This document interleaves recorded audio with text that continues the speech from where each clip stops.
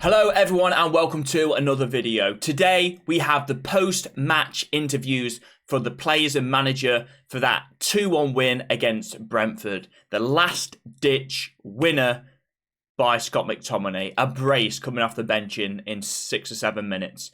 But before that we've got a little bit of a bonus video. And this is something that I saw on social media after the game. For BN Sport, this is Richard Keys and Andy Gray. Andy Gray, by the way, has been banished from UK TV for sexist remarks a long time ago, probably about 7 or 8 years ago. But he's found a new home on BN Sports. And yeah, let's see what he had to say about Manchester United's win after the game. Away with one there, Manchester United. Well, listen, that's been in. Let me turn this up because this is very, very low for your boys. Away with one there, Manchester United. Well, listen, that's been the nature of the season. Back to the opening day at Wolves. Yeah. When they just about got over the line at Wolves. Back to when they beat Forest from 2 down. Just got over the line. Brentford, just got over the line. These are not teams who are challenging for the title. These are teams. Who said we were? By the way, I know it's loud. It's at the maximum that he can go. But he said these are not teams that are challenging for the title. Yeah, we know that. Okay. I mean, who told you that we are? What Manchester United fans has told you that we are challenging for the title.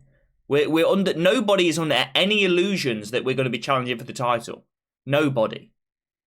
Who are at the other end of the table. Wow, we're not going to be at the other end of the table, are we? We're not going to be near the relegation zone. Let's be honest. I mean, it's all right to banter a little bit, you know, but realistically, we're not going to. Basically. But this is where United are. They're celebrating like this, beating Brentford 2-1 at home. Yeah.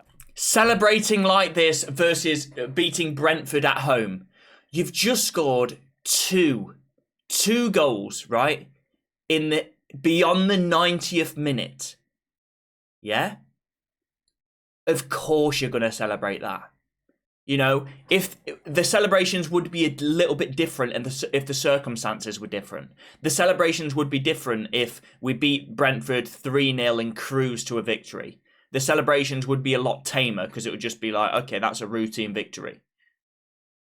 But the way in which it happened, the way in which it unfolded, you know, a last-minute winner. I don't care if you're Manchester City or Real Madrid in the bloody in the domestic cup, whatever the equivalent in the Copa del Rey, or Man City in the Carabao Cup, and you come back and do this to win and score 2 goals in 90 minutes. You're going to celebrate that because it's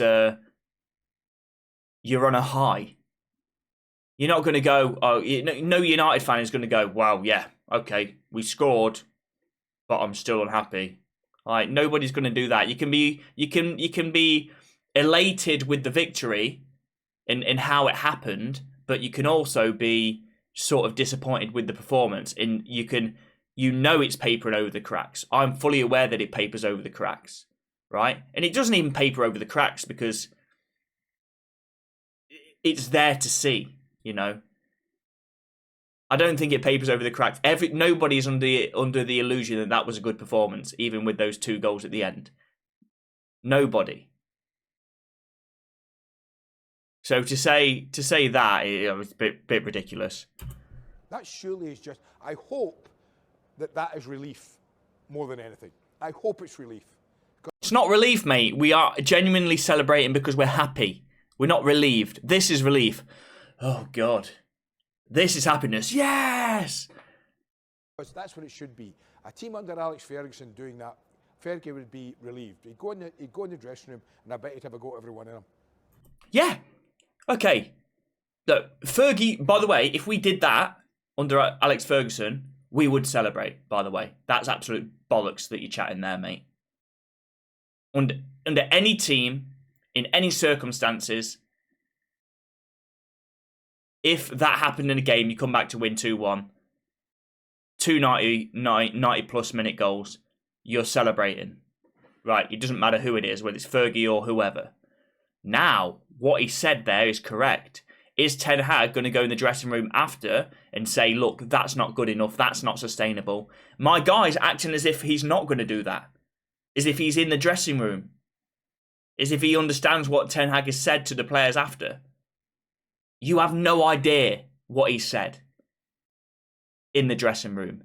Even if a manager comes out and speaks after and says, no, yeah, I'm happy with the performance, whatever, they still might go into the dressing room and say something different, because what they say to the media is often very different to what they say in the dressing room. So how can you say that, oh, Ten Hag's, he's going to be happy with this performance, blah, blah, blah. He's not. He's not going to be happy. I'm sure in the dressing room he's going to, say that that's not good enough.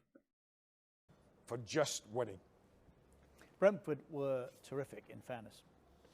I think that's it anyway, boys. But yeah, that was a little bonus clip by these two absolute bellends. Okay, right. On to the post-match reaction. Oh, here we go. Here's Scotty boy. Here's the man of the moment. Da, da, da, da, da, da. Scott McTominay. Wonderful. There's loads of things at Old Trafford and loads of goals and great moments, but scoring twice in stoppage time to win the game. How does that one compare? Yeah, I think that was the best. Obviously, unfortunately, my mum and dad weren't here today, so yeah, typical. But obviously that was so special, and obviously for the team, like I said in previous interview, then it's important that the team kicks on now, because moments like that can almost change the dynamic of things once you come back from the international break as well. Boss, Is that it? Is that everything? You asked the man of the moment, Scott McTominay. One question. How did it feel? You didn't ask a follow-up. Just one question. 28 seconds in. Well, half of that was the bloody introduction. About 20 seconds. The man of the moment. Christ. Hopefully it goes back to him. I guess that's why they call it the theatre of dreams. And end like that. Oh, fabulous. Well, what an atmosphere in the end, and that fight definitely helped us. But you see in the whole game, the fans sticking behind us. They kept us keep going, but also the character of the team, they have to do it. And they did it. They kept going with a plan, and finally we got rewarded. So you have to make your own look. And that is what we did today, but you have to bring it every game on the pitch. Bruno, can you... Yeah. It would be nice if we scored goals by playing, like with an identity. We actually, because the way that we scored was like lumping balls into the box and then, rolling the dice right at the very end. So that needs to change. But yeah, no, the fans were great. The fans are everyone's behind Ten Hag. So yeah, it's good that the fans, and I'm sure that the fans in the stadium at Old Trafford, credit to them, they played a massive role in that victory. Can you just take us into the dressing room, what it's like in there after such a dramatic finish? Relief, happiness, and obviously... There you go, Richard Keys and Andy Gray. Relief. There you go. The first word that he said, relief. Are you happy now, boys? Aww. I think we all agree that we deserve this result, because during the 90 minutes, I think we controlled the game really well. We could have scored in the first half. We didn't. And I disagree with that. I don't think we deserve to win. Yes, Crystal Palace didn't create much, but we didn't create any clear-cut opportunities. Clear-cut. We created almost nothing. Obviously, we know that we are in a moment when we don't score, we concede a goal, and after is always going to go behind the result. But today we get that, we get the 3 points, we get the two goals from Scott at that last minute, and was a really good result for us, because we needed to get the 3 points today. I mean, tell us what it Here he is. He's back again. feels like, particularly when that winner goes in. We'll never experience how that feels. So how does it feel on the place? What do you mean? What are you trying to say? I won't experience how that feels. I think I've still got time. I'm 28 years old, soon to be 29. I reckon I can have a late bloom, get into the team. Nah, jokes. Suddenly is a light when you know you've got the winner. Yeah, I can't put into words the feeling that I had when the second one went in. That was like, it was an out of body experience really, to be fair. And it was funny because I was watching David Beckham's documentary last night, and you see all the history and the people behind the club, and that's what the lads do it for, and that's who it means the most to. Kath on reception, the kitmen, from everyone, yourself to the interviewers. It's so important that we all come together, and that's what it means at this football club, that we do it for the people, and the people who've been coming to this football club for many years, and that's the same as me. I'm a fan, so I want us to do well. Oh, what an answer that is. I tell you what, bloody hell. That's a great answer, that. Watching the David Beckham's documentary last night. I still haven't watched it. Yet. But, you know, it just shows he is United through and through. He, like he says, he is a fan. You know, sometimes fans give him stick, but you can't question that he bleeds United, can you? Especially from that interview. Yeah, it's good, great stuff to see, and it's good to have those type of players around. I did want him sold in the summer. I'm not going to lie, but it's great to have those type of players around that understand the club. You know, bringing it back to like the kit men and everyone. That is, yeah. He couldn't have put it better, I don't think. 87th minute he came on. What was the message? What was your plan when he came on? Score, like we had to make something happen, and I think that was probably the direct message, was go on and show yourself. And I've been speaking to Darren Fletcher and Mitchell, the coaches, and that's what they say, like whenever you get the opportunity, go and show yourself. And that's what I've been trying to do in training as well, and show the manager that I'm capable of moments like that, and long may it continue in the future if we can come together as a team and start performing how we know we can. Yeah, 100%. If Scott McTominay can be that, you know, that guy that you look to, that super sub, because he can do it. If you've got all the possession, you know, I don't know about starting games with Scott. Obviously, he can start some, he can rotate a little bit, but he's an incredible finisher. Used to be a striker and then transitioned into a midfielder in the academy. You know, if you can sort of, when you've got all the possession, when you're creating chances, if you bring on Scott McTominay, who's a really good finisher, especially for a midfielder, I don't think it's not a bad move at all. Could this be a sort of a turning point in the campaign? This has to be a turning point. First of all, we have to realize we have to step up. We have to do things better. And it can't be that every time you're following facts. And that game management, that has to improve. Like today, when we were in the game and you give so easy a goal away by rushing in situations, then you're following facts. And then it's very difficult against a good organized opponent like Brentford to get that turning point and to get a goal to come into the game. But how long the game's going, of course, the risk is you're getting into more rush and you lose completely control of the game. But it didn't happen. Well, we kept going with a plan. We bring the balls in the box. Finally, we get more numbers in the box, and finally we got rewarded. I do think that we did, you know, we never overcommitted until like the 90th minute, and I think that is possibly a reason why. Like, I understand what he's saying, but I don't think, you know, Crystal Palace created barely anything, but we didn't really create that much at all. You know, it was one of the worst attacking performances that I've seen from United, because most of the shots that we had were sort of like outside the box. Like, we didn't break them down at all until like the 90th minute when we were lumping balls into the box. So I do understand what he's saying about us controlling the game, because we did. We had all the possession, but I mean, they were 1-0 up. They didn't need to.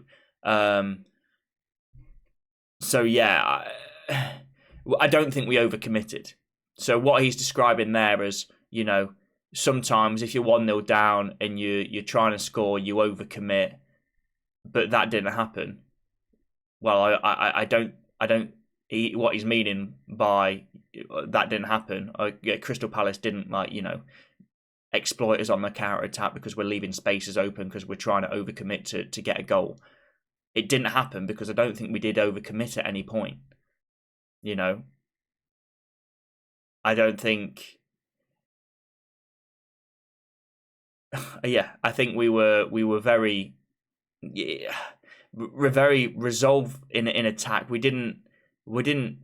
It seemed like we weren't trying to push that much to get the equaliser until like the 90th minute. I mean, it was almost like they were scared of getting hit on the counter attack, and I thought we could have committed a lot more considering how just Crystal Palace just didn't trouble us whatsoever.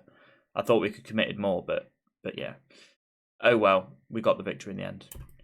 This is obviously a famous place for late goals and late turnarounds, but could you see this coming? It was already 93 minutes on the clock before the equalised.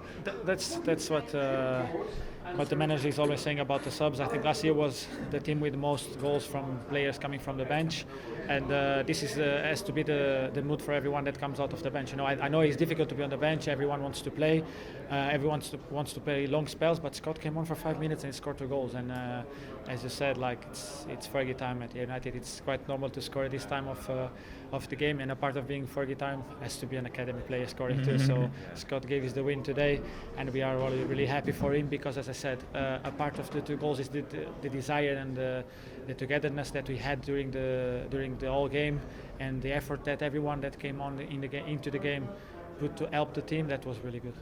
I love that you referenced Fergie time as well. That's brilliant. And like you said, yeah, I mean, he's another player that gets it, isn't he? You know. I don't know if we did in the end. I know at one period of time we did have the most goals from substitute appearances. I don't know if we ended the season on that with that or not. But yeah, it's exactly right, isn't he? You know, if you're a substitute, you have to, like Scott said, show yourself. You have to show yourself and try and earn a place. I'm sure Scott's going to get a start now. Scott will get a start after the international break, especially if he plays well for Scotland as well. He will get a start now, and he'll certainly get subbed off the bench probably a little bit earlier if he's not starting. So he's earned minutes on the pitch. It's only one result, but I just wonder how that can change the season and the feeling of the season and all of the stuff that you can constantly hear about United all the time. Can that change it, a moment like that? Yeah, we're in our own bubble, and obviously at this football club you have to be in your own bubble because the pressure to play well, to score goals is immense, and the people demand results. And for us at the minute, we just need to block all that out and obviously know that we can do better, not be naive and think that we're doing great when we're not. And I feel like now's the time things like that can catalyst moments to go and push forward, I think. That's a great response as well. You know, he speaks so well, doesn't he? You know, he's under no illusions that it's good enough, that they even deserve the win, I think, with that comment. He knows things are not good right now. But like he says, hopefully this can be the catalyst to the springboard to start our season. I know we said that multiple times already, but none of our wins have had the feel-good factor of what this one did, even though, you know, the performance wasn't there. 93 minutes and 97 minutes, which obviously is quite remarkable. But overall, when you look at it, do you think it was a deserved win? They were obviously well organised and they had a lot of players behind the ball, and we were watching thinking that this is a tough game. It's not easy against any team in the Premier League now, especially teams like that who are so well organised and together. But you have to bide your time, you have to pick your moments, and that's what this club's about, never giving up. Yeah, I love that answer as well. Bloody hell, man, Scott, you're hitting the nail on the head. He didn't... By the way, the question was, do you think it was deserved victory? He didn't say yes. He didn't say yes. He says, yeah, well, you know, it was a difficult game. You know, we have to keep going. In the end, we got the victory. The question was, do you think it was deserved? And he didn't answer it. He didn't answer it because he doesn't. He didn't think it was deserved. Which is spot on. It wasn't really deserved. We created almost nothing, and then we lumped 2 balls into the box and got 2 goals. You know, I don't think it was deserved. I think a draw would have probably, if anything, been a fair result. Yes, we dominated the game, but Crystal Palace were in front, so they didn't need to pile pressure on us. So that's the way that the game went. I mean, it's no good being 1-0 down, controlling the possession for almost the entire game. You know, if you concede in minute 1, you control the game for 89 minutes. After that, don't really create that many chances, but also don't concede many chances, then what does that matter? Yes, you've dominated the game for 89 minutes, but you've been behind also for 89 minutes. I mean, that's basically what United did. As soon as the goal went in, yes, we were completely dominant, had all the possession, but we didn't do anything with it. So, yeah, I think, good response from Scott again. But can this change the season, the feeling of the season, stop the noise that always follows Manchester United, a turnaround like this? No, it's Man United. We'll never stop the noise. It's even if you win 10 games in a row, there will be noise around something else. This club is massive, and we have to be aware of that. If you want to play for a club like this, you have to be aware of that. You have to be capable to deal with that, and understand that the most important thing is the noise that comes from the dressing room, into the dressing room, by the players, by the staff, by the club, and obviously we know that together with the support of our fans.